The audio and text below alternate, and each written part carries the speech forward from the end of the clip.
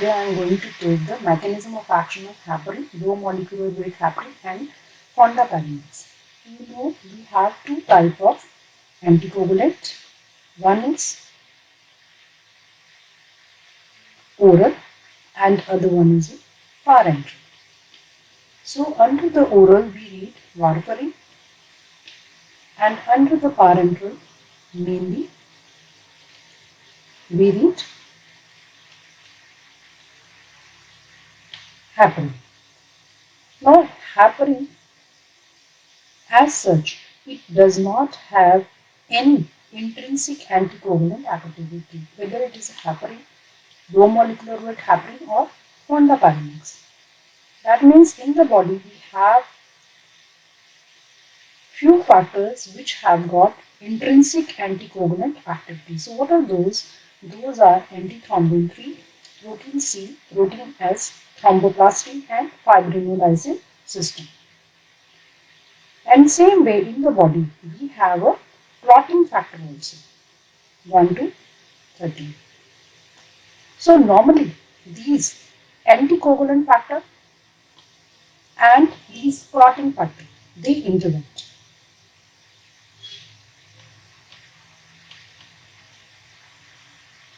Let's say I'll take antithrombin 3 and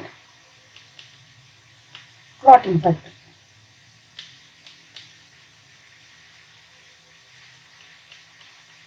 They interact. But this interaction it is very slow. So in the body we have an anticoagulant system and a clotting factor. So there is check and balance system. They operate to maintain the blood in the fluid state while in circulation and allow rapid hemostasis following the injury. This is because we have a factor which have intrinsic anticoagulant activity and we have a clotting factor, and these clotting factor 1 to 13 they are protein which is present in the plasma in inactive form and they get activated by partial hydrolysis to an active protease and which is going to activate the next factor. Now coming to the heparin. Now what heparin does? Heparin is going to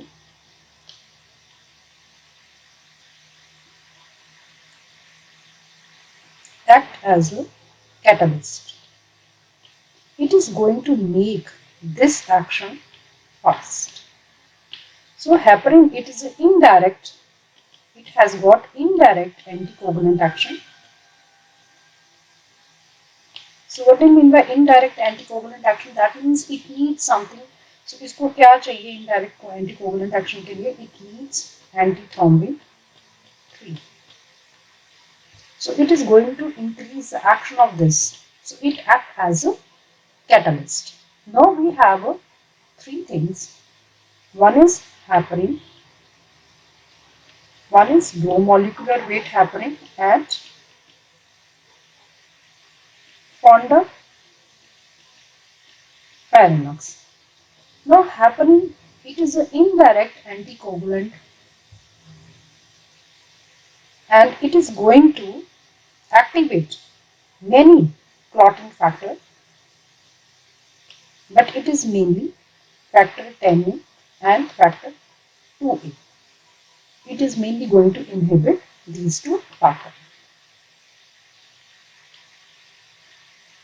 Now what low molecular weight heparin does? So heparin it is going to inhibit these both in 1:1 ratio. Whereas low molecular weight heparin they are going to inhibit this one more in comparison to this one. So what in the ratio? You can say 3:1. Whereas fondaparinux they are going to mainly inhibit these three. Now how this thing happen? Heparin it is going to inhibit both low molecular weight, more activity towards factor 10A and fondaparinux that is mainly going to inhibit the factor 10A. So to make you understand this, you must know a little bit about the structure of these three, heparin, low molecular weight heparin and fondaparinux. Now what is heparin? Heparin is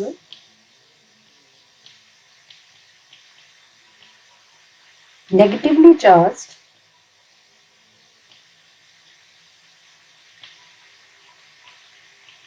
sulfated polysaccharide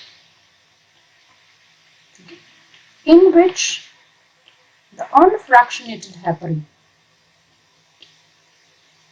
that is a heterogeneous mixture of glycosamino glycans chain, और इसमें भी क्या है, with an average of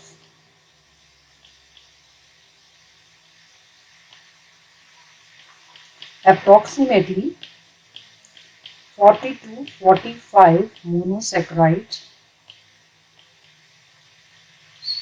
units is there at each and every gene. And what is the molecular weight?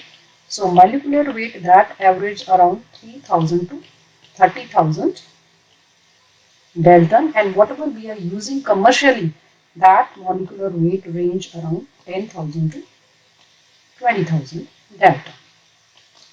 Now coming to this low molecular weight heparin. Now low molecular weight heparin, what does it has? Low molecular weight heparin is a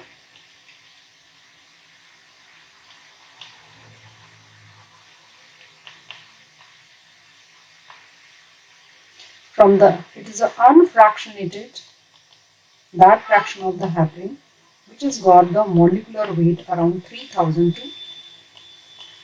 7000, and how many monosaccharides units are there?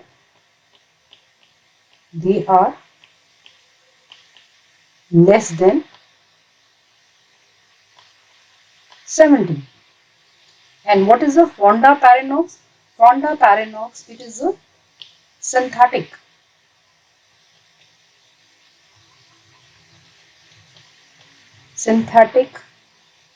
pentasaccharide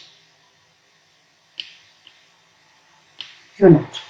Now if you know the structure of this, so heparin, how many molecules are there? 40 to 45 with this much weight. Low molecular, less than 17, this is the molecular weight of this, and this one is Fondaparinux, it is a synthetic pentasaccharide unit. Now coming to the mechanism of action of this. Now this is for the heparin or unfractionated heparin. It is an indirect anticoagulant action. So indirect it is going to activate the antithrombic 3. Now this is a heparin molecule. Here you can see this is a pentasaccharide which is shown in a green color. This is a pentasaccharide sequence. So out of this unfractionated heparin, it is only 1/3 of unfractionated heparin which has got this pentasaccharide sequence where this antithrombin binds avidity with a covalent bond, that is one. So here you can see this is antithrombin that bound with this pentasaccharide sequence of unfractionated heparin. Once it binds, then what will happen? The conformational change. यहाँ पे देखो ये U है. Here they have shown it diagrammatically. The conformational change that happens in antithrombin 3 in such a way so that it can bind with the protease, that is factor 10A. It is going to accelerate the activity of factor 10A. Okay, but it is not going to activate this factor. This conformational change, it is not going to help the binding of this thrombin. Now the activation of the thrombin, it requires the formation of the complex between heparin, thrombin and antithrombin. These three, they should make a complex, then only it can inhibit factor 2A. And to make this complex, this heparin molecule, it should be of minimum 18 saccharide should be there. It should be a long. So in unfractionated heparin, this chain, it is a bigger one, so it can make a complex between the heparin, thrombin and antithrombin. Then it is going to accelerate the inhibition of thrombin. So heparin, it is going to inhibit both factor 10A and 2A. Now coming to the low molecular weight heparin. Low molecular weight heparin, their saccharides, they are not 18, they are either 17 or less than 17. But once it binds, the pentasaccharide sequence is there, so thrombin it binds, the conformational change happens. This is going to inactivate this factor 10A, and whereas the other one, factor 2A, it is not as much as we see in unfractionated heparin. That's why here I have told it is in a ratio of 3:1. Whereas what is a fondaparinux? Fondaparinux is only this much, the pentasaccharide sequence, which is synthetically sequence this pentasaccharide, and here what will happen, the fondaparinux, it will bind, and what will happen, they are going to inhibit only factor 10.